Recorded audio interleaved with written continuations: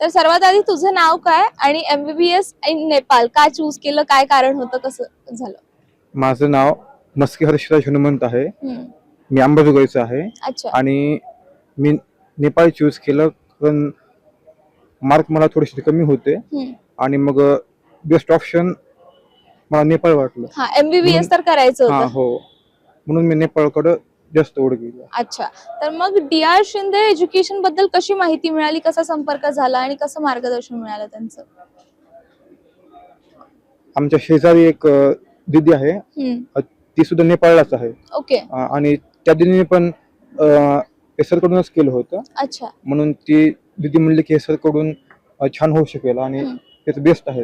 अच्छा. म्हणून मी त्यांच्याकडूनच गेलो सर. अच्छा, तर मग डॉक्युमेंटेशन आणि ही सगळी ऍडमिशनची प्रोसेस होती, त्यामध्ये काही अडचणी आल्या का किंवा त्यामध्ये सरांनी कसं मार्गदर्शन केलं? नाही, ते काहीच अडचण नाहीत आल्या, फक्त म्हणजे लेट झालं ऍडमिशन. माझं 3rd राऊंडला होतं, पण हे नीट झालं सगळं, काय होतं छान झालं सगळं. म्हणजे अच्छा. सर असल्यामुळे हेल्प झाली जास्त. अच्छा, नक्कीच सर, मी तुमच्याकडे येते.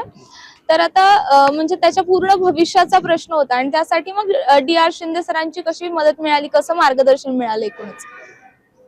सरांचं पहिल्यांदा परिचय म्हणजे काय, आमचे बिडवे सर म्हणून मित्र आहेत, त्या मित्रांस म्हणजे थ्रू हा सरांचा परिचय झाला.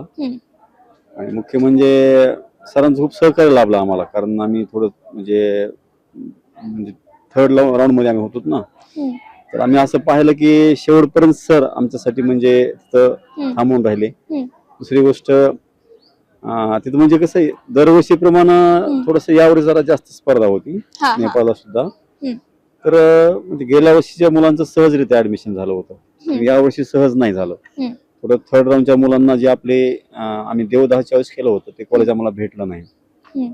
आम्हाला दुसरी चॉईसवर म्हणजे आम्ही ऑप्शन ठेवलं होतं, पण ते ऑप्शन सुद्धा मिळण्यासाठी म्हणजे जसं आपण इतर स्पर्धेमध्ये आपलं म्हणजे मनाची उलघाल होते, तसं सरांचं पण म्हणजे मानसिकता ही झाली होती की म्हणजे त्यांनी म्हणजे स्वतःचा मुलगा असल्यासारखं त्यांनी काय म्हणजे त्यांचं मन झालं होतं.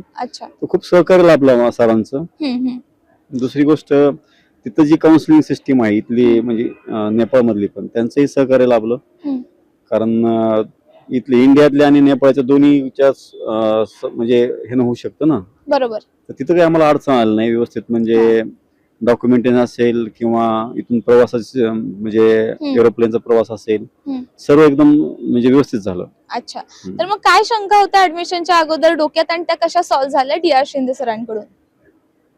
शंका म्हणजे सुरुवात आपण तर पहिल्यांदा आपण देश सोडत आहोत ना, पहिलं म्हणजे प्रवासाची असते अडचण आपल्याला, पण ते म्हणजे नेपाळ आपली नेबरहुड कंट्री आहे, फ्रेंडशिप असल्यामुळे काय आपल्याला म्हणजे विजा वगैरे लागत नाही. ह्या गोष्टी समजा सरांनी सांगितल्या आणि त्यांनी समजा सुरुवातीपासूनच समजा एरोप्लेनचं वगैरे काही नियोजन केलं होतं, त्यामुळे काही अडचणी वाटल्या नाहीत. तिथंही डॉक्युमेंटेशनला समजा त्यांनी पूर्वीच आम्हाला सांगितलं होतं की हे डॉक्युमेंट लागणार आहेत. आम्ही ते 15 दिवसापूर्वी पूर्णपणे तयार करून घेतले आणि त्या ठिकाणी गेलं, तिथे पण एक जी टीम होती डॉक्युमेंटेशन करणारी, त्यांनी पण खूप छान प्रकारे गेल्याबरोबर डॉक्युमेंट चेक करणं, कमी जास्त असेल तर त्याला म्हणजे व्यवस्थित सांगणे आणि पूर्ण करून घेणं, म्हणजे अडचण काही म्हणजे कुठं आली नाही अडचण. एकंदरीत सगळ्या प्रोसेस बद्दल समाधानी आहात? हो, खूप समाधानी आहे. आणि बाकी पालकांना सजेस्ट कराल का काय? हो, नक्कीच, कारण महत्वाचं म्हणजे काय म्हणते का की काउन्सिलिंग तर खूप जण करतात, पण सरांचं म्हणजे एकदम कसं घरच्या व्यक्तीसारखं एकदम म्हणजे स्वभाव आहे शांत, आणि त्याने म्हणजे सहकार्य करण्याची जी वृत्ती आहे त्यांची, त्यामुळे मला असं वाटतं की मी इथून पुढे माझ्या अनेक मित्रांना सांगेन किंवा DR शिंदे सरांकडे तुम्ही काउन्सिलिंग साठी अवश्य जा म्हणून. नक्कीच sir, thank you so much and all the best to you. Thank you.